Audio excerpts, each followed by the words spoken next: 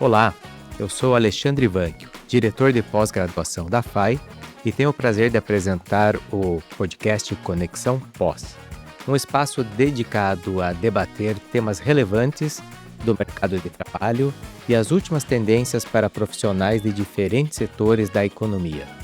E nesse episódio de hoje, nós vamos falar de um tema muito atual que diz respeito a profissionais dos mais diferentes segmentos. Nós vamos falar aqui sobre a saúde mental no trabalho. Nunca se falou tanto sobre burnout, sobre adoecimento emocional, segurança psicológica e também sobre qualidade de vida e equilíbrio entre desempenho e bem-estar na carreira profissional. Mas afinal, o que realmente caracteriza um ambiente que seja psicologicamente saudável? E qual é o papel das lideranças e das organizações nesse contexto? Para conversar comigo sobre esse tema tão importante para os profissionais de hoje, eu tenho o prazer de contar aqui com dois profissionais altamente qualificados nesse tema. Primeiramente, eu recebo aqui o nosso professor, Edgar Pereira Júnior, que é coordenador da nossa pós-graduação em Psicologia e Saúde Mental no Trabalho e possui uma sólida trajetória acadêmica e de mercado na área de psicologia organizacional e do trabalho, com ênfase em orientação profissional e também orientação de carreira, mas também atuando com saúde mental no trabalho e gestão de pessoas. Seja muito bem-vindo, Edgar. Muito obrigado, Ivan, que é um prazer estar em mais um episódio aqui contigo, especialmente prazer estar aqui com o Antônio, né, que é um executivo da Unimed. A Unimed é uma referência em saúde, né, no Brasil, e o Antônio tem sua especialidade aí relacionada às áreas de governança, de gestão de pessoas e de saúde, e vai poder trocar conosco, trazer contribuições, né, a respeito desse tema que é tão emergente e tão necessário às organizações, aos trabalhadores, aos profissionais de psicologia, né, que muito nos interessam também por conta da nossa pós-graduação. Então, é um prazer, Antônio, estar com você aqui nesse podcast. Agradeço a vocês pelo convite. É uma satisfação muito grande estar aqui, estar falando sobre o tema. Como psicólogo, né, em formação que eu sou, falar sobre saúde mental é sempre algo muito gratificante e de extrema importância. E como gestor, entender a importância do trabalho com qualidade, segurança psicológica, ou do trabalho num ambiente em que as pessoas se sintam seguras, é fundamental para qualquer resultado em qualquer segmento de empresa.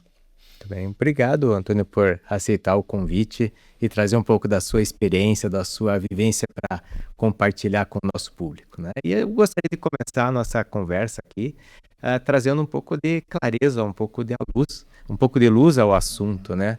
E, Edgar, quando a gente fala de saúde mental no trabalho, né, do que exatamente se trata esse tema, né? O que vem a ser exatamente e objetivamente a saúde mental no trabalho?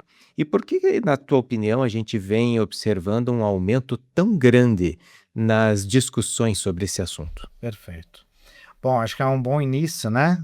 Porque quando a gente fala de saúde mental no trabalho, saúde mental, né, de uma maneira geral, vem logo uma perspectiva de adoecimento, né? Essa discussão sobre saúde mental no trabalho inclui aspectos de adoecimento, né? Diversos síndromes e transtornos que possam se relacionar ao trabalho ou serem potencializados por ele.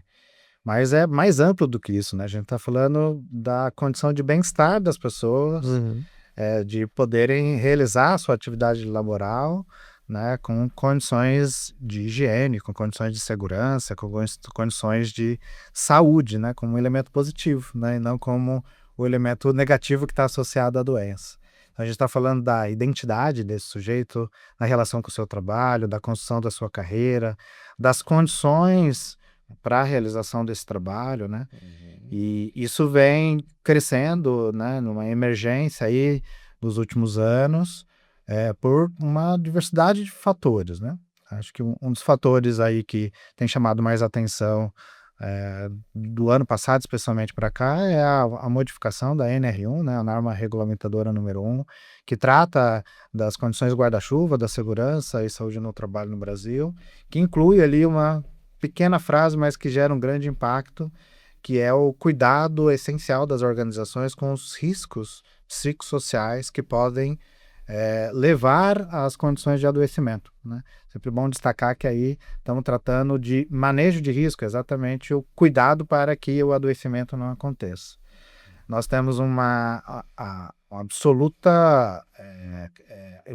aumento de afastamentos, né, por transtornos mentais relacionados ao trabalho. Então, os indicadores oficiais são de praticamente dobrando a cada ano, assim, só no ano passado acho que são mais de 500 mil pessoas afastadas no Brasil com transtornos mentais relacionados ao trabalho. Pós-pandemia, né, também é observado o quanto a pandemia acabou trazendo uma maior evidência, porque todo mundo passou por dificuldades, né, relacionadas nesse período, então isso pôde ser mais próximo da realidade, né, das organizações. E também eu acho que também tem uma perspectiva do avanço científico, né, do conhecimento da própria psicologia sobre o tema. Eu tive a oportunidade de realizar uma pesquisa em 2013 sobre a publicação de artigos sobre psicologia, saúde e trabalho do início dos anos 2000 até aquele período. E o número de publicações que a gente tinha no início dos anos 2000 era baixíssimo, assim, nas revistas científicas de psicologia. Então, você imaginar que dentro da própria ciência você investigava pouco o fenômeno, Sim. né? Então, você precisou avançar a investigação científica, aí você via um crescente na primeira década dos anos 2000, né, sobre o tema, que outras áreas já faziam melhor, né? Medicina, enfermagem, segurança do trabalho. E com mais evidências dessas relações trabalho, saúde, mental, você vai podendo traduzir em melhores práticas, né, nas organizações, da própria formação, né, de profissionais para atuar com isso nas organizações. Sair daquela formação tradicional em gestão de pessoas exclusivamente, a psicologia organizacional, Sim. e partir para a psicologia do trabalho, né, que trata dessa relação com a E fica saúde. algo muito mais amplo, né? Muito bom. E, Antônio, no dia a dia da organização, das empresas, né? Como você enxerga esse tema ali no cotidiano organizacional, né? E na tua visão, no teu entendimento, o que muda em uma empresa, em uma organização, na qual há uma preocupação genuína de olhar para a saúde mental dos seus colaboradores e não para agir de forma reativa quando já tem um problema instaurado? Eu acho que, primeiro que internamente dentro das empresas, olhar para a saúde mental é algo que é fundamental, quando a gente pensa no conceito de resultado. Pensar em resultado a qualquer custo é algo que hoje em dia não se sustenta mais. Os colaboradores, eles precisam estar engajados, integrados e em um ambiente seguro para poder estar entregando esses resultados esperados. Então, pensar a bem-estar do colaborador como um todo, em especial aqui, nós estamos falando da questão de saúde mental, como uma estratégia de negócio, hoje é uma questão extremamente importante e já não é mais uma opção. As empresas precisam chegar nesse nível de maturidade, de entender que enxergar o ser humano em sua completude que está lá dentro é fundamental para qualquer resultado. Infelizmente, a gente ainda é muito reativo. Infelizmente, grande parte das empresas ainda começa a olhar para isso frente aos atestados, frente àquela baixa de produtividade de um colaborador e, infelizmente, também ainda se enxerga muito como incidentes e episódios isolados, né? Então, a gente olha para a pessoa e não para o processo. Né? Então, o fundamental hoje é a gente entender que o foco primeiro, quando você fala de um adoecimento emocional dentro do ambiente de trabalho, seja um burnout, seja qualquer outro tipo de adoecimento, é você olhar para o processo e para o ambiente, primeiramente, para só depois você olhar para a pessoa e os efeitos desse ambiente na pessoa. Então, primeiramente, é a gente ser estratégico nesse sentido. E acho que aí, como esse é um tema que vem ganhando muito destaque, isso me parece que vai gerando um fenômeno, como a gente vê, de muitas coisas que entram na discussão das organizações, né? E às vezes de questões ali de práticas de gestão, de técnicas, seja lá de que área for, mas você vê muitas empresas quando tem algo assim, um tema que ganha destaque, você vê empresas que realmente desenvolvem uma estratégia e vão em busca de criar uma cultura para trabalhar naquele tema, e outras que ficam ali, né, com ações pontuais e olha, fiquei sabendo que alguém fez tal coisa lá, vamos ver o que que dá, etc.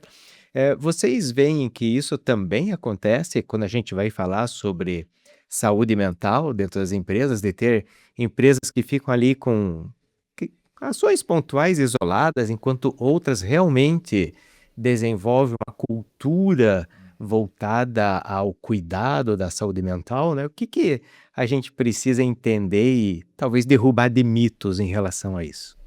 Inclusive, estava ministrando uma aula semana passada, a qual trouxe um dado para os alunos de um indicador do relatório da GPTW, Uhum. sabe? É o órgão que realiza aquelas pesquisas das melhores empresas para se trabalhar. Eles fazem uma pesquisa anual, né, com as organizações, RHs, líderes, CEOs de diferentes empresas que fazem parte desse cadastro deles.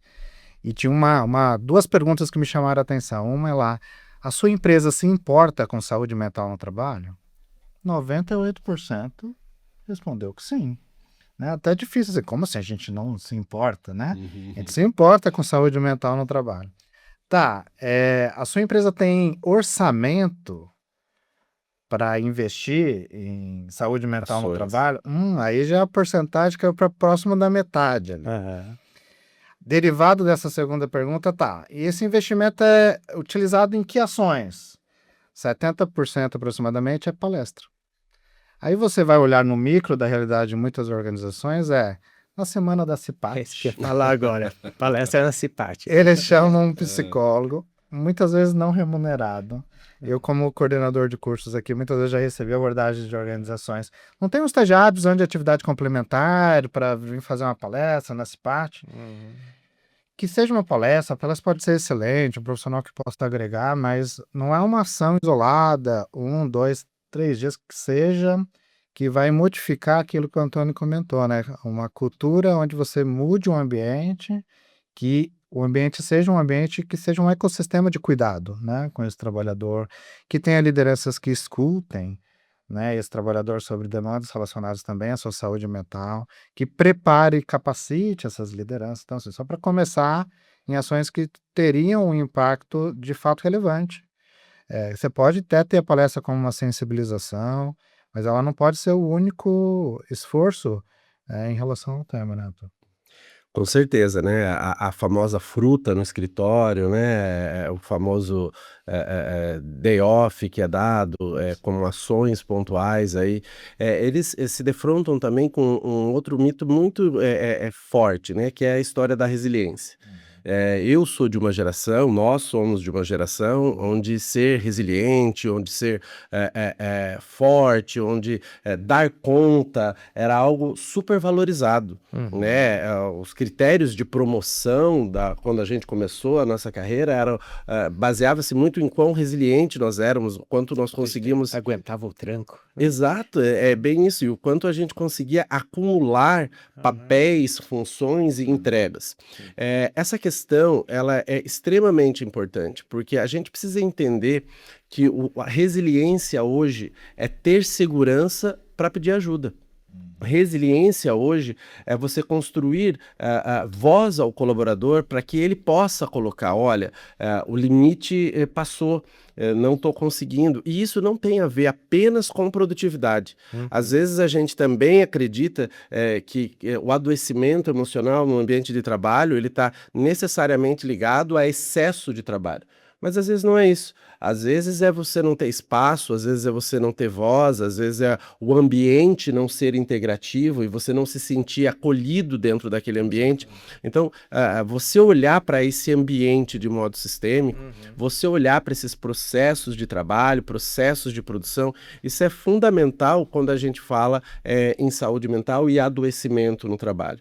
Então, precisa se entender que quando a gente está falando de processos de cuidado dentro do trabalho, não adianta ter ações isoladas, né, conforme o que está falando. A gente precisa ter realmente um olhar sistêmico, uma compreensão da realidade. E aí não tem receita de bolo. Porque cada empresa é única, tem a sua cultura, tem o seu modelo, tem o seu segmento, e o que é importante dentro de cada empresa muda, né? Muda de acordo com aquela cultura, com a identidade organizacional, com os valores da empresa. Então, tudo isso depende aí de um olhar sensível, realmente, né? De se ter uma preocupação hoje muito grande e também de entender que a gestão de pessoas, a área de recursos humanos, ela tem um papel significativo dentro desse contexto, mas que também não pode ser solitário, né? Porque se for solitário, vai ser guerreiro de um homem só, não vai conseguir vencer a batalha, né? Sim, fica uma iniciativa isolada e aí não vai gerar nenhum fruto que seja sustentável, né? E você trouxe uma questão interessante, né, quando você falou sobre essa questão geracional, né? E a gente vem percebendo tantas mudanças na realidade e nas relações de trabalho também a gente vem vendo, vem acompanhando muitas mudanças, né? E isso vai refletindo muito na maneira como a gente conduz dentro das organizações uma série de ações nesse sentido para você entender essa nova forma de se relacionar e tudo mais.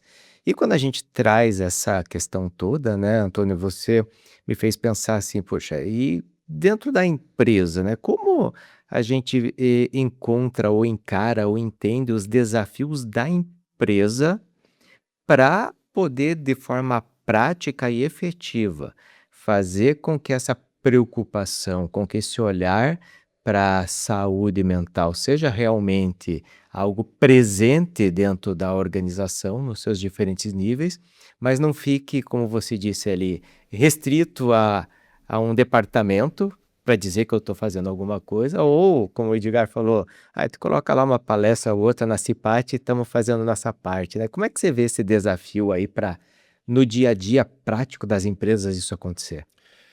Eu penso que hoje nós estamos numa época de uma sustentabilidade humana muito frágil, né? A literatura recente fala disso, né? De uma fragilidade na sustentabilidade humana. Isso quer dizer o quê? Nós estamos sendo impelidos com o nosso cérebro biológico, processar informações na mesma velocidade aí que os modelos, os algoritmos e os modelos de inteligência artificial.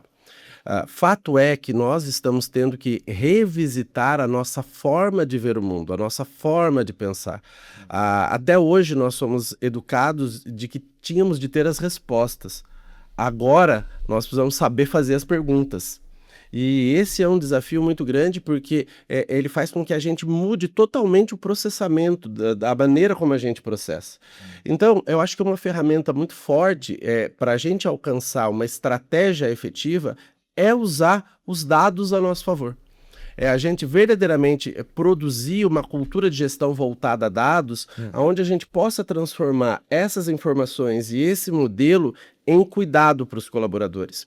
Onde você possa fazer processos de avaliação de maturidade, onde a gente possa fazer processos de avaliação de produtividade e onde a gente possa medir capacidade produtiva de diferentes formas, para que, por meio desses dados, nós possamos não só otimizar o trabalho e, com isso, fazer com que as pessoas possam ter uma atuação mais analítica. Não é que a inteligência artificial vai tomar o lugar de ninguém, mas ela vai reposicionar as pessoas e o mercado. E a gente poder também, com esses dados, propor programas preventivos. Não é? Uma série de algoritmos aí que a gente pode estar usando de modo adaptativo, preventivo, para prevenir e, consequentemente, aí, monitorar o cuidado e a saúde dos colaboradores. Você trouxe um ponto interessante aqui, né, Antônio? Até gostaria de lembrar que um pouco mais cedo o Edgar falou sobre a NR1, né? E aí vem uma questão aí que surge para a gente pensar, né? E até vou jogar essa bola para vocês debaterem um pouquinho, né? Até para a gente poder explicar aí para o nosso ouvinte, ou para quem está nos assistindo, o que vem a ser a NR1, o que ela representa, né? Em termos práticos, mas... na visão de vocês, tudo isso que você trouxe aí, né, Antônio, que já foi discutido um pouco antes, né? Isso é reflexo de alguma tendência, um movimento talvez passageiro, ao qual nós estamos nos obrigando a adequar em função de uma norma, né, que é imposta para as organizações, ou vocês entendem que a saúde mental realmente vem se tornando um tema de caráter estratégico nas organizações? Então, eu queria ouvir do Edgar primeiro ali, né? Ele trazendo aí uma explicação sobre a norma para a gente e aí a visão dele. Se esses desafios todos aí que o Antônio falou é por conta da norma e vamos atender a norma, já ouvi muito isso na minha vida, ou se realmente a gente tem uma mudança. Tá certo. Eu tenho articulado a ideia assim de que a norma ela é uma aceleradora desse processo, mas ela não é a disparadora. Na verdade, a própria norma ela já vem em consequência de uma certa pressão da sociedade perante ao Estado sobre a regulação dessas condições de trabalho que levam a esse quadro emergencial de adoecimento das pessoas, né? Então, a legislação no Brasil, né, e aí tem a NR1 como um exemplo, como eu comentei, é uma frase da norma que modificou. É claro que gera toda uma expectativa das organizações, porque haverá uma fiscalização, Sim. né? Então, Aí que chama a atenção, é né? natural que a grande maioria das empresas querem estar certas, né, corretas no atendimento à sua legislação do país. E quando a gente fala de saúde mental no trabalho, é muito complexo, né? Como o Antônio estava ali descrevendo, né? É difícil você colocar isso num manual, né? As empresas, inclusive, começaram a fazer uma certa pressão ali no governo, que tá, diz no manual o que o fiscalizador vai perguntar, né? Cada organização tem Checklist. uma realidade. Qual que é o checklist que eu Pra preciso gente se cumprir? preocupar com a resposta que a gente tem que dar, né? Inclusive na internet, assim, o meu algoritmo, por exemplo, por ser da área, tá cheio ali de gente vendendo o manual da NR1, o checklist da NR1. Implemente essa planilha que você vai resolver cursos de 3 horas no final de semana. E os riscos psicossociais do trabalho são, de fato, realidades muito diferenciadas a aspectos da própria saúde física, onde você fala de afastamento por doença física, né? Você está falando ali de modelos de gestão, né? Modelos de gestão que levem a condições de assédio, a metas abusivas, a modelos de gestão que levem a uma sobrecarga de trabalho, só para colocar aqui alguns dos fatores, né? Então, a NR1 não vai medir quantas pessoas estão doentes, quanto esse ambiente ele potencializa esse adoecimento. Então, acho que isso é um avanço, assim, do meu ponto de vista, de que a gente possa reconhecer como país, né, como organizações com responsabilidade social, de que isso precisa ser cuidado. É claro, então, a gente está próximo da implementação da fiscalização, há de se acompanhar como isso ainda vai acontecer, mas eu creio ser um caminho sem volta independente da NR1, porque a NR1 é isso, é só o acelerador, ele é uma ferramenta de gestão de que esse avanço possa se colocar nas organizações, mas há um anseio da sociedade sobre saúde mental que não é só sobre trabalho. Se a gente for olhar para outros temas, né, na qual a psicologia também se dá, por exemplo, a questão da neurodivergência, se a gente pegar o TDAH, autismo, que são temas que a gente debate aqui também na nossa pós-graduação, elas são realidades nas escolas, né? Então, se pega escolas, não tinham psicólogos para cuidar de inclusão sobre neurodivergência. Recentemente fui no parque da Turma da Mônica com a minha filha, tinha lá um espaço do silêncio para crianças autistas, tinha filas preferenciais para neurodivergentes. Isso não existia há 10 anos atrás, há 20 anos atrás não havia nenhum debate sobre isso. Então, há um avanço da sociedade para cuidar desse tema que é, no meu ponto de vista, irreversível. Eu entendo que, na linha do que o Edgar está falando, a alteração da legislação da NR1, ela é um marco legal de uma construção cultural, Exato. né? É como se a normativa fosse o piso, mas o teto é a sua estratégia de gestão de pessoas. E aí, o céu é o limite, o que você vai fazer e como você vai fazer. Um cuidado que a gente tem que ter aqui agora é que quando a gente fala assim, dá-se a sensação de que nós estamos falando de muito dinheiro, de muito custo, de muito gasto, né? Em que pese a diferentes posicionamentos e culturas a respeito da relação do homem com o trabalho. Se você olha globalmente, então, você vai enxergar múltiplas variáveis aí. A saúde mental, ela já foi dita ser o mal do século, né? A epidemia do século é a saúde mental, e é uma epidemia silenciosa. Então, independente do ambiente de trabalho, não há como negar a realidade de que a saúde mental hoje ela passa por um processo de adoecimento, né, social, vamos dizer assim. Nós, seres humanos, passamos por um processo de adoecimento social. E esse adoecimento pode ser ligado a uma mudança de era, a uma mudança de momento histórico. Quando a gente está falando de todo esse avanço tecnológico, conforme eu falei, e toda essa necessidade de adaptação, né, ao global, porque hoje não existem barreiras, né? O Edgar estava falando isso. A gente pode tá tendo uma aula que está acontecendo do outro lado do mundo. Sim. Aqui. Né? E é o caso, e é o que acontece. A gente tem, hoje, você tem cirurgia robótica que acontece atravessando continentes, né? E ao mesmo tempo, você entra numa fase que você não desliga mais, né? Então, hoje a gente não desliga mais, porque a gente está com o mundo na palma da mão no celular. Então, esse movimento que é ao mesmo tempo extremamente satisfatório, né, até pelos estímulos neurais que existem, né, no scroll da tela ali, a gente ter essa satisfação momentânea, ele também traz uma série de necessidades adaptativas que são base desse adoecimento social. Porque estamos vivendo, buscando manuais, buscando checklists, numa era que nós temos que saber nos adaptarmos numa velocidade muito além do que nós temos condição de fazer ou de que fomos preparados, pelo menos até aqui, para fazer, né? Novas gerações já vão ter muito mais condição que nós temos hoje. Então, eu entendo que não se trata de fase, não se trata de momento, se trata de olhar, sim, para este momento histórico, inclusive, e nos adaptarmos a esse momento, para que os nossos meios de produção, os nossos meios de entrega, né, econômica e social consigam se adaptar a esses novos momentos. Então, eu vejo que um momento que está marcando, sim, o início de uma nova fase aí, e nós temos que estar atentos para isso, né? Complementando aqui o Antônio, né, uma das nossas disciplinas aqui na pós-graduação é de saúde mental na era digital, que não trata só sobre o trabalho, mas trata de como o modo da gente se relacionar nessa era digital traz outras necessidades, né? Humanas, outras adaptações ao modo de se comportar, né? Sim. De lidar com o outro, de se comunicar. São outros conflitos de outras ordens que surgem. Então você compara e fala assim, mas lá na década de 50, 60, o modo de viver era muito diferente, né? Veja a nossa existência aqui gravando esse podcast, né? Então, isso não era uma demanda, né?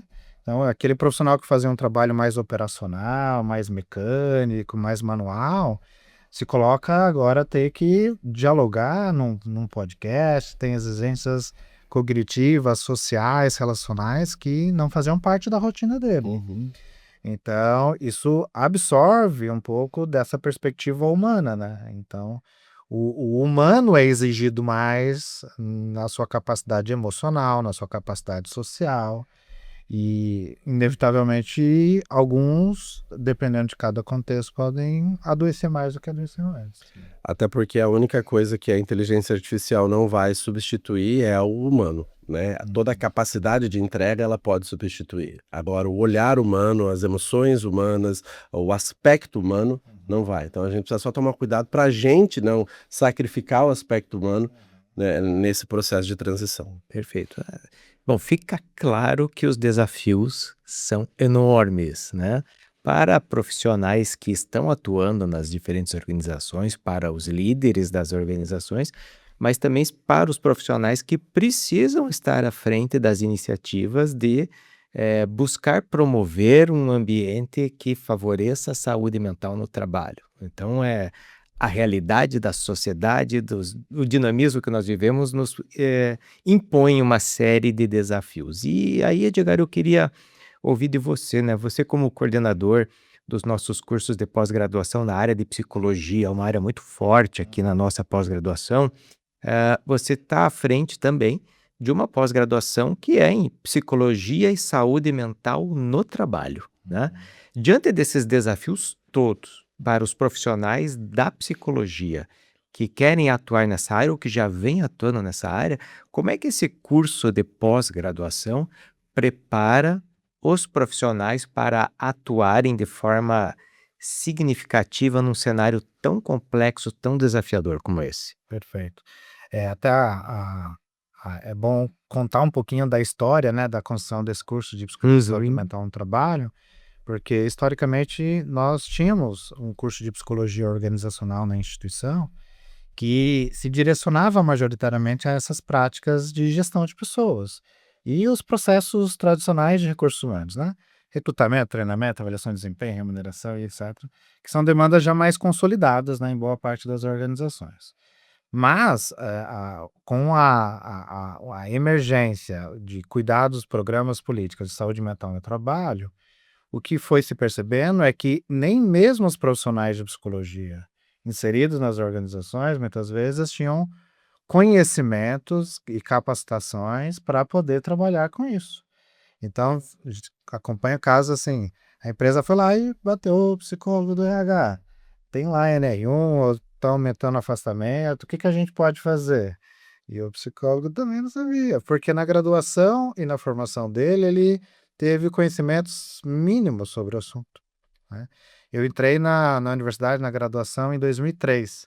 Até 2002, na universidade que eu me formei, a disciplina dessa área se chamava Psicologia da Indústria, que é um jeito bem arcaico de se pensar a atuação da psicologia em 2002 ali, que era pensar só a indústria para começar, né, não qualquer outro tipo de organização e até o fora desse muro organizacional, assim como falar de saúde não estava nada em pauta. Então, o profissional sai dessa formação de graduação ainda hoje sem um conhecimento aprofundado do assunto. E o conhecimento aprofundado do assunto de um psicólogo que atua no ambiente do trabalho, ele é inclusive um conhecimento mais aprofundado de psicologia, do ponto de vista de saúde, como transtornos psiquiátricos, psicofarmacologia, e o diálogo com estresse, saúde mental, segurança psicológica, elementos de diversidade e equidade, personalidade. Então, a pós-graduação ela foi renovada, eu falo para os alunos em mentoria, né, que é uma nova velha pós, né? Então, a gente tinha uma pós em psicologia organizacional que foi repensada à luz dessa emergência de cuidado da saúde mental do trabalhador e que isso pudesse caracterizar o olhar da psicologia para o fenômeno. Porque a gente tem, obviamente, profissionais do direito, da engenharia, da medicina, da enfermagem, estudando e cuidando de ações para a relação com trabalho e saúde. Mas o psicólogo tem um lugar que é particular dessa mesa de discussão. Ele não vai ser o único, né, como bem colocou o Antônio, mas ele precisa puxar esse debate para esse trato mais emocional e da saúde mental, né? Então, ele é o que deveria estar mais capacitado. Então, essa formação vem ocupar essa fragilidade de formação em comparação a esses cursos de 3 horas que vem na internet. Se a gente for olhar no cenário macro nacional, a gente tem poucas opções de formação em pós-graduação em saúde mental e trabalho especificamente, né? Você tem cursos mais amplos, né, que possam ter, às vezes, 1 ou 2 cadeiras do tema, mas não tem uma formação completa. 360 horas direcionadas a pensar essa atuação em saúde mental e trabalho. E trazer isso para a prática também, né? É uma pós-graduação que tem um espaço de estágio. Então, eu ter a oportunidade de ter a supervisão de alguém que é especialista, que tenha bagagem, que possa construir projetos juntos, olhar para essas realidades com olhar diagnóstico. Então, a pós-graduação pretende ter essa consolidação teórica do que falta na formação anterior da graduação, com uma bagagem prática voltado a resolver os problemas reais de quem esteja na organização ou fora dela. É bom dizer que parte de quem adoece no trabalho vai cair na clínica. As pessoas mas não me interessa a área organizacional do trabalho, eu não vou atuar com isso. Mas o sujeito com o burnout lá na organização, a organização vai cuidar Sim. de algum lado, mas essa organização vai encaminhar, se bem cuidado, né, vai minimamente encaminhar para um psicoterapeuta, e o cuidado da assistência vai se dar na clínica. Sim. A situação do afastamento do trabalho vai aparecer no INSS, vai aparecer num CRAS, vai aparecer num CAPES, nas políticas públicas. Então, exige um olhar multidisciplinar e um olhar multicontextual dessa aplicação da psicologia no trabalho. Também então, é uma especialização muito atual e alinhada com as demandas do mercado nesse contexto que estamos vivendo. Isso é muito Exatamente. importante. E você trouxe um aspecto que destaca muito esse programa, que é a oportunidade da prática, né? Com os estágios, com o acompanhamento, em que o profissional que vem buscar essa especialização, ele não vai ficar só ali na carteira, mas ele vai vivenciar aquilo num ambiente também em que ele vai ser monitorado, mentoreado para o melhor Isso. aprendizado. Então, isso é muito importante realmente, né? E para você que perdeu a primeira parte do nosso podcast, nesse nosso episódio nós estamos falando sobre saúde mental no trabalho e contamos aqui com a presença do professor Edgar Pereira Júnior, que é coordenador dos nossos cursos de psicologia na pós-graduação, especificamente aqui para o nosso episódio de hoje, na psicologia e saúde mental do trabalho.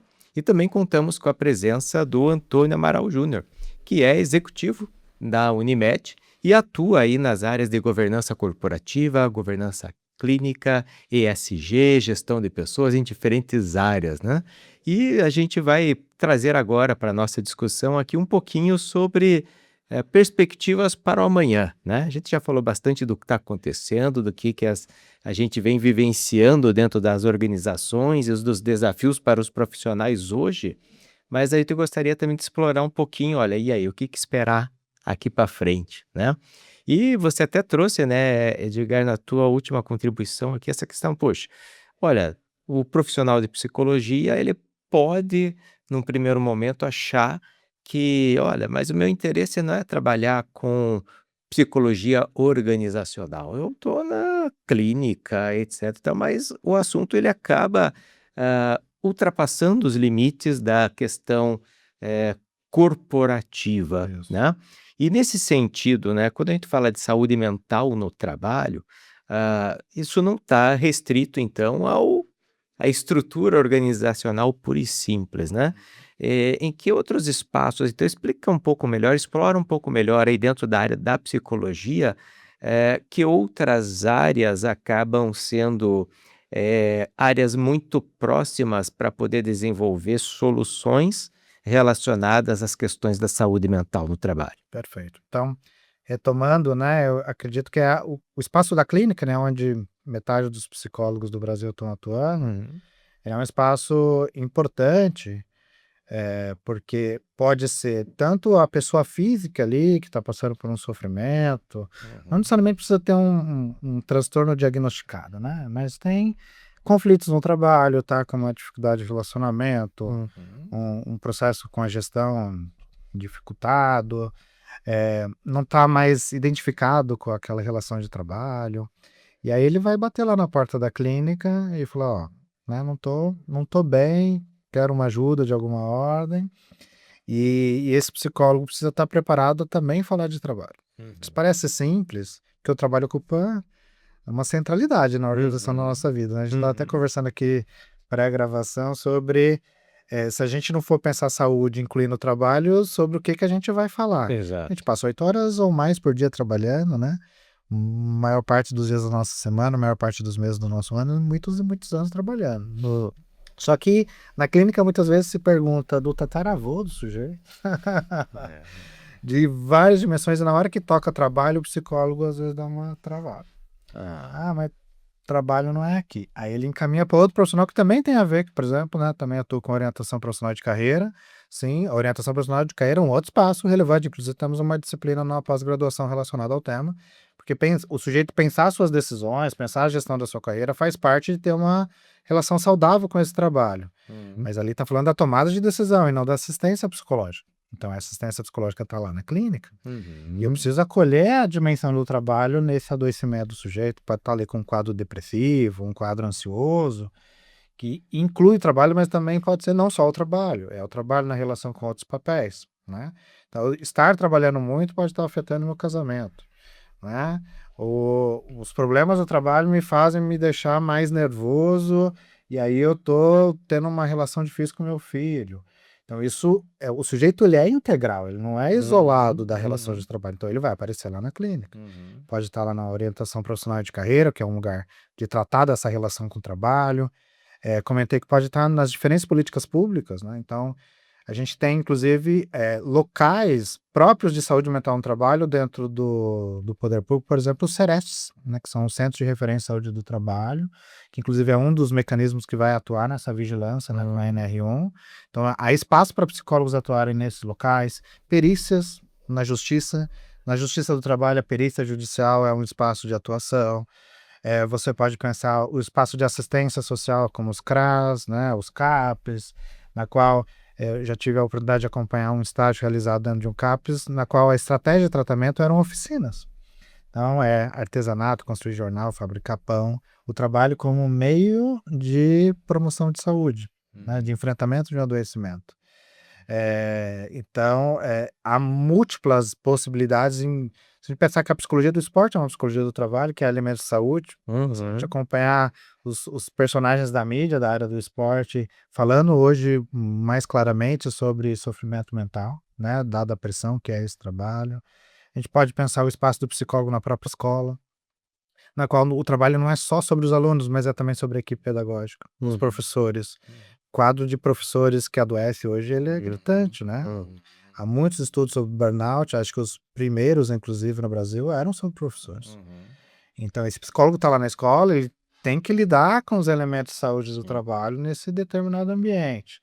E daí a gente pode pensar diferentes quaisquer perspectivas da psicologia, você vai ter minimamente a relação com o trabalho. Acaba sendo um campo muito vasto, né? E você trouxe um elemento ali que me chamou muito a atenção, Edgar, né?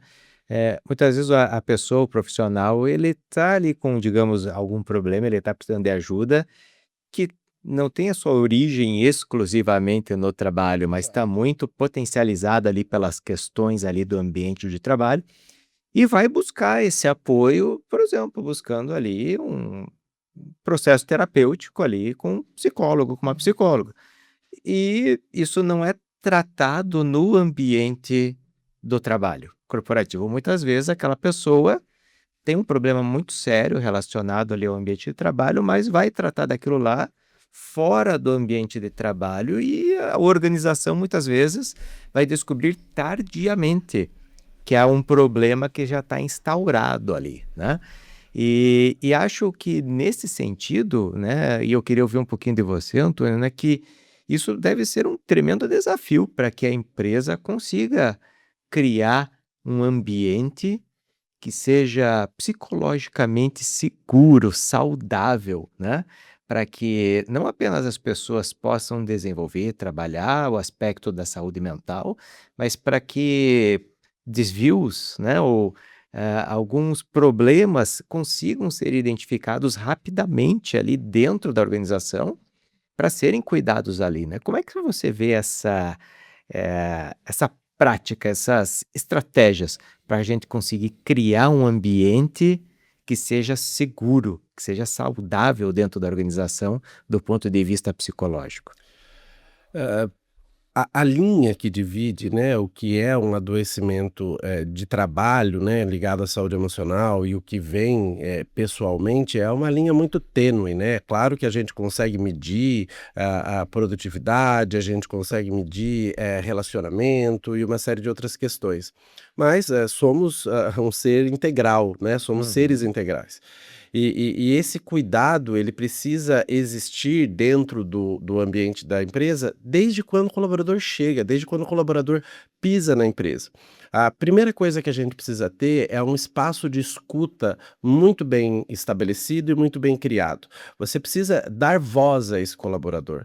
E dar voz a esse colaborador é dar voz de modo processual, de modo formal, né? Não, você pode falar, qualquer um pode falar aqui a qualquer momento, mas não dá tempo de falar. Não dá tempo, as pessoas não param porque não dá tempo de ouvir. Malemar dá tempo de ouvir as questões do trabalho, quem dirá esse tipo de escuta. Então precisam haver plenárias específicas, precisam haver processos específicos. O Edgar citou a pesquisa de clima, é uma ferramenta muito comum para isso, né? Mas também você ter uma liderança próxima que pratique realmente um feedback genuíno, genuinamente disposto a ouvir, aquela escuta ativa, e não só para devolver ao colaborador, mas para ouvir dele. O que está acontecendo, como que está o ambiente, como que está o cenário, né? Você ter uma liderança que está disposta a ouvir onde ela precisa melhorar também, né? Onde ela precisa, o que ela precisa fazer. Isso é um caminho muito grande e muito importante para que haja um ambiente de segurança e de confiança. Uma outra questão muito importante que a gente pode trabalhar dentro das empresas é o líder não ter mais aquela preocupação de ser um super-herói, de ter aquele papel onde ele não pode errar, onde ele tem que saber tudo, onde ele tem que ser a referência suprema para qualquer assunto. O líder também tem limitações, o líder também tem inseguranças, e aí a gente precisa deixar bem claro, o líder é um colaborador como todo e qualquer colaborador que está dentro da empresa, e que também precisa ser ouvido, e que também precisa de um ambiente de segurança. Então, precisa ter esse acolhimento também. Então, uma liderança que se coloca junto com a equipe de um modo mais humano, de um modo mais real, também gera esse ambiente de acolhimento. Então, acho que desenvolver plenárias e momentos específicos de acolhimento, específicos de troca, é uma prática fundamental para que as empresas possam, aí, desde antes de se falar de adoecimento, quando a gente ainda está falando de acolhimento, a gente falar disso, né? E esse acolhimento, ele passa por tudo, ele passa inclusive por você aceitar a diferença, por você trabalhar a inclusão, por você trabalhar uma série de outros fatores, né? Muito bom. Eu acho que a segurança também passa pelas decisões que se tomam quando a comunicação é feita. Então, tem esse histórico que você vai se constituindo na cultura quando aquele trabalhador comentou com a sua liderança sobre uma dificuldade de ordem emocional, como é que foi lidado, né? Porque aí se ele foi acolhido, se ele não foi afastado, se ele não perdeu responsabilidades, se ele não foi exposto de uma maneira negativa perante os colegas, isso vai minimamente acontecer, até mesmo informalmente, na rádio corredor ali, né? Você, poxa, eu tô com isso, poxa, falei com o meu gestor, ele entendeu, assim, ele deu uma ajuda, me ajudou no sentido, me mostrou uma perspectiva, me deu um apoio. Aí o outro que ouviu, a gente pode falar, então? Porque há um tabu muito grande de que não se fale sobre isso no trabalho. Sim. Não se fale sobre isso numa entrevista. Não se fale sobre isso com a sua liderança, porque isso vai te prejudicar. Então tem um enfrentamento de tabu do próprio trabalhador sobre o quanto eu posso me sentir seguro em falar sobre isso. Aí por isso que vem lá no final quando a coisa já está insustentável. Aí já não segura mais, né? Aí para ajudar é mais difícil. E vocês trouxeram perspectivas muito interessantes aí do tema do ponto de vista dentro da organização e fora da organização para o profissional da psicologia, né? E aí eu gostaria de ouvir de vocês aí nessa visão de dentro da empresa e de fora da empresa, né, das organizações. Vocês acham que os profissionais que estão no mercado hoje, né, eles estão preparados para essas demandas todas que a gente encontra dentro das organizações e fora também, no que diz respeito à saúde mental no trabalho? Ou a gente tem uma lacuna grande aí de conhecimento, de preparo, de qualificação para lidar com tudo isso? Como é que vocês veem esse cenário? Na prática do dia a dia, a gente enxerga essa lacuna de formação, como o Edgar colocou, de modo muito concreto, né? A gente enxerga não só uma lacuna de formação, mas uma lacuna de segurança mesmo, porque até mesmo o sujeito em si tem uma dificuldade muito grande de assumir certas fragilidades. Dependendo do segmento que você vai, então, isso se torna ainda maior, porque você tem culturalmente uma responsabilidade imputada naquele cargo, naquela carreira, naquele profissional, e que ele coloca aquilo para dentro, e isso vem em grande parte da formação também. Né? Você precisa ter esta postura, você precisa ser esta persona, e isso vai sobrecarregando já desde a formação esse profissional. Então, quando ele chega no mercado, quando ele está ali frente a frente e principalmente quando ele concretiza esse ato e ele vê que o que acontece na frente dele é muito diferente do que ele viu dentro da academia, você tem um choque imediato ali. Então, assim, preocupações como essa, de você olhar para a formação e você não se trata de deixar de discutir aspectos importantes do processo de trabalho. Né? O Edgar usou o exemplo da gestão de pessoas, né? Um local que me é muito, muito seguro. Né? Não se trata de deixar de falar de processos seletivos e como fazer processos seletivos adequados. Não se trata de deixar de falar da importância do desenvolvimento dos colaboradores dentro da organização, mas se trata de olhar para isso sob o aspecto humano. Se trata de olhar para esses processos além do mecanicismo que a gente aprendeu a lidar. Então, considerando esse cenário, sim, existe um hiato ainda, esperamos aí que outras formações tenham esse mesmo cuidado de superar o mecanicismo e olhar o humano dentro desse processo, porque eu acho que esse é o caminho para que a gente possa, desde a formação, entender que ninguém está saindo de lá para ser super-herói. E quando você baixa essa expectativa, quando você alinha melhor expectativas, e quando, até pegando o gancho da fala anterior do Edgar, quando você divulga planos de ação, eu vou falar de planos que eu estou fazendo, que eu me baseei na escuta do Edgar, mas que o Antônio, que não teve coragem de falar, fala, olha, estão fazendo isso, e isso vai me atender também.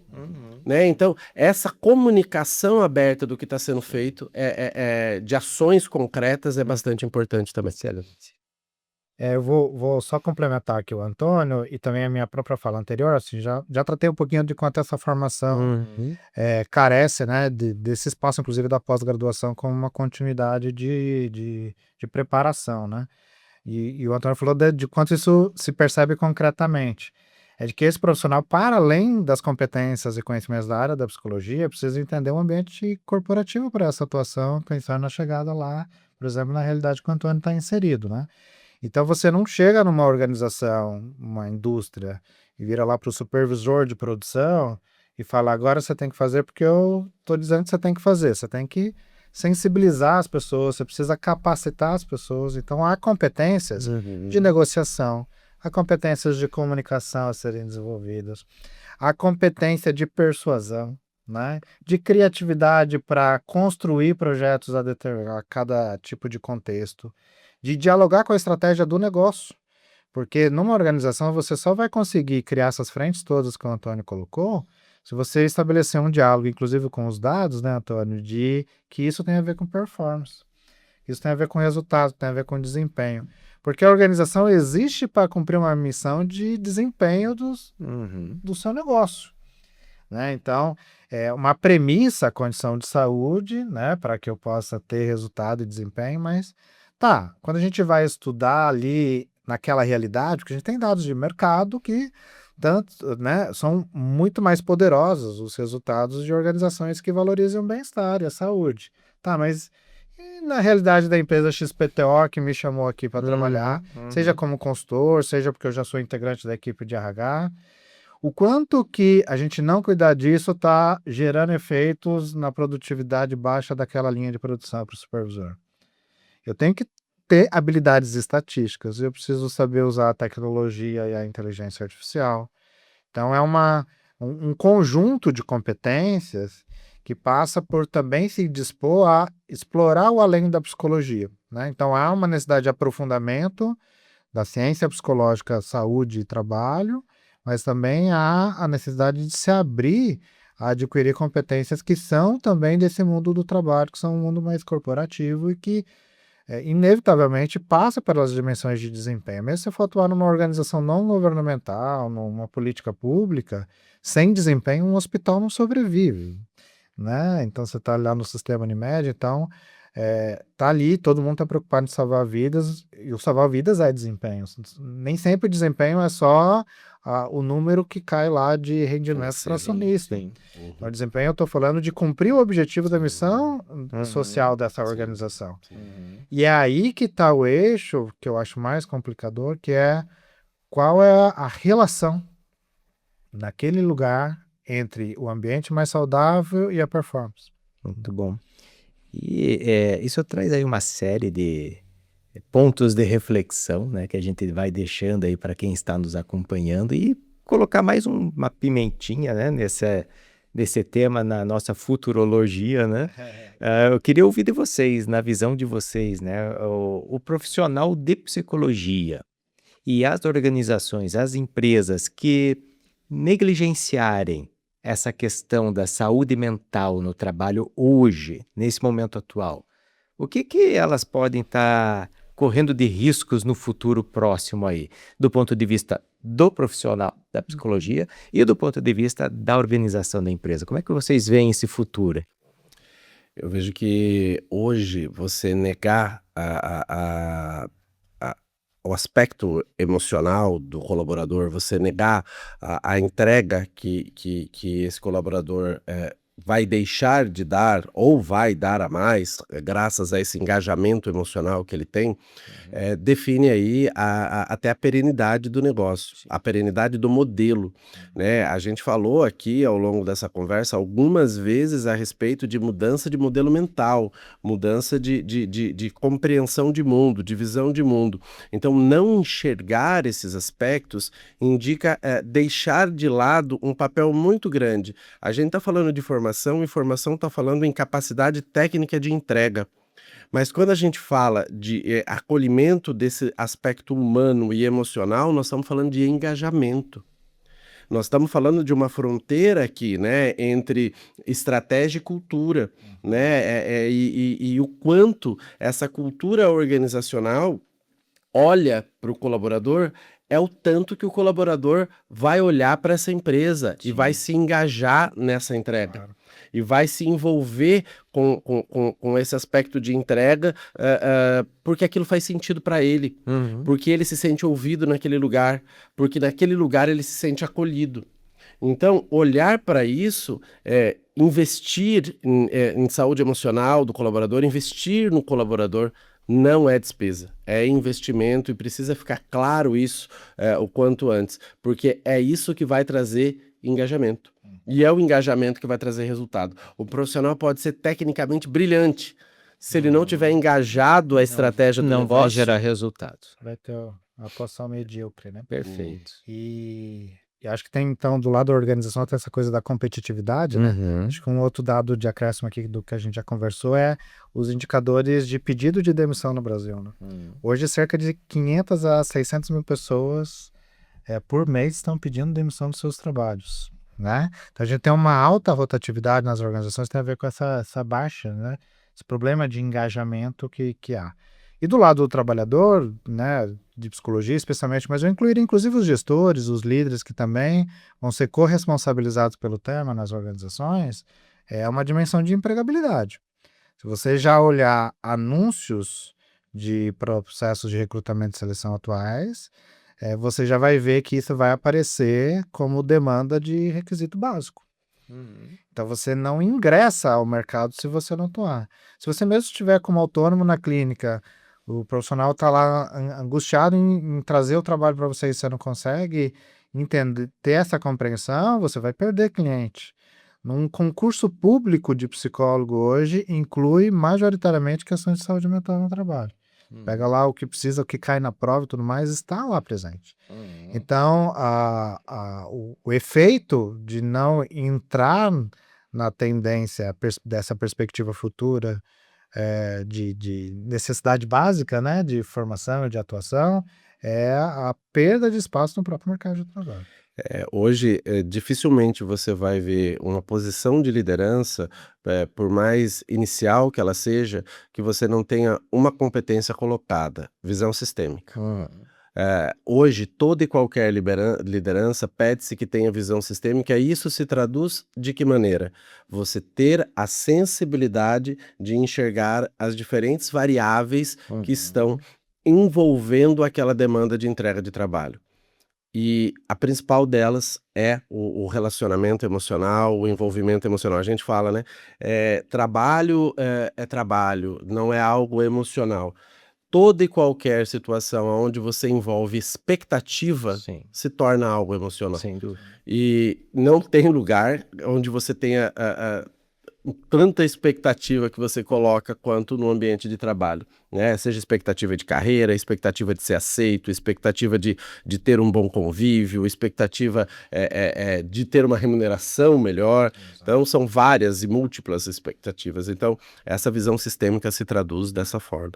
Perfeito. Gente, é um assunto fascinante, né, que a gente está discutindo aqui, que diz respeito a todo mundo, não apenas a nós aqui, mas a todo mundo que está nos ouvindo, que está nos assistindo. Mas infelizmente a gente vai precisar encaminhar o nosso episódio aqui para o final, e eu gostaria de agradecer a vocês aí pela conversa fantástica que a gente teve, né? Muito obrigado, Edgar, Antônio, por trazerem aqui tantos insights, tantos pontos de reflexão e mostrar aí caminhos para o sucesso tanto de profissionais quanto de empresas no que diz respeito à saúde mental no trabalho, né? E nesse momento aí de conclusão, eu gostaria de abrir o espaço, Antônio, para você, nosso convidado especial de hoje, né, para que você faça seus últimos comentários, e a gente sempre pede, deixa aquela, você já falou um monte de coisa legal aqui, mas deixa ali aquela sua dica de ouro para o profissional que está atuando nessa área ou que pretende atuar nessa área. Qual que é a grande dica que você deixa aí para o profissional? Eu penso que a primeira e maior característica, né, é que um psicólogo ou até mesmo uma liderança, vamos entender dessa forma, precisa ter, é o olhar genuíno e a escuta genuína. Você estar disposto a escutar o outro. Você estar disposto a ouvir, independente de entrega de resultado. Você se posicionar ali para ouvir genuinamente o teu colaborador, o teu par, no ambiente de trabalho, a tua liderança, né? E ouvir ali além do que o comando de trabalho. Eu acho que essa escuta hoje está muito perdida. A gente está com muita pressa, a gente está correndo bastante. A gente está na velocidade 2, né? É difícil ver a pessoa que não está com o WhatsApp ali na velocidade 2, né? E eu ouvi uma coisa de um colega de trabalho que eu respeito muito, e ele falou, e eu vivo com o WhatsApp na velocidade 2, então não, sem julgamento nenhum aqui. E eu ouvi ele falar assim, como que você espera conseguir ouvir o teu par se nem o WhatsApp você consegue ouvir numa velocidade normal? Então, acho que a minha dica fica assim, é esse exercício que a gente tem que fazer muitas vezes de andar na contramão para poder ter esse tempo de qualidade aí, e no ambiente de trabalho, em casa com a família, com os amigos, enfim, resgatar isso que é muito importante. Isso é para todas as nossas relações, né? Excelente dica, né? E Edgar, também quero agradecer a você aí, né, que está fazendo um trabalho maravilhoso à frente das nossas pós em psicologia, né? E especificamente falando aqui desse tema que a gente tratou aqui, que é a pós em psicologia e saúde mental no trabalho.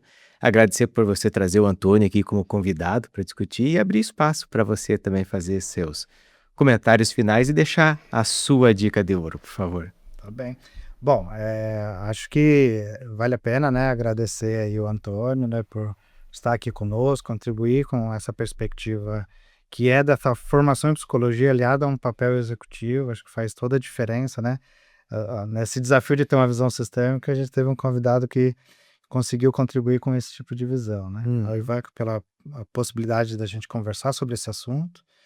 E eu acho que, olhando nessa perspectiva de quem coordena o curso de pós-graduação e que lida com a formação, né, de profissionais de psicologia, é que o profissional de psicologia possa, de fato, compreender a relevância e centralidade que é o trabalho para se discutir essa identidade, para se discutir comportamento, para discutir saúde das pessoas.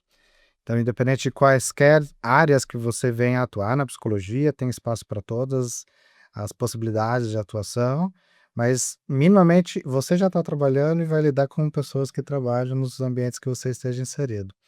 Então, dar essa atenção, né, ao papel trabalho, e vou reforçar aqui, escutar o trabalho, né, escutar sobre a relação do sujeito com o seu trabalho, no espaço que você estiver atuando, e se for com uma formação mais qualificada, tanto melhor, né, fica o Aham, convite, aham. né, nós trabalhamos com a perspectiva da mentoria, né, os nossos interessados no curso, então se quiser dialogar um pouquinho mais sobre essa proposta de formação inovadora, né, que estamos oferecendo, ficamos à disposição. Ok, muito obrigado, Edgar. Obrigado mais uma vez, Antônio. E um agradecimento especial a você que está acompanhando esse episódio do nosso podcast, seja por áudio ou por vídeo também, né? E nós esperamos que com esse episódio nós tenhamos contribuído para o seu desenvolvimento, não apenas profissional, mas pessoal também, né? E se você quiser saber mais sobre os nossos cursos, como o Edgar acabou de convidar, né? Acesse o nosso site, o pos.fai.edu, conheça os nossos programas, agende uma mentoria com a coordenação de curso para você conversar, para trocar uma ideia, para conhecer os nossos programas e venha fazer parte aqui da nossa comunidade, né? E eu gostaria também de deixar um convite para você nos seguir nas redes sociais, seja lá no Instagram, no @fai.business ou no LinkedIn da FAI Centro Universitário. Por meio das nossas redes sociais, você fica por dentro de tudo que está rolando aqui no nosso ambiente, no universo da FAI, e não perde os próximos episódios do nosso podcast. Desejo a todos vocês muito sucesso na sua jornada e até a nossa próxima edição do Conexão Pós. Um grande abraço.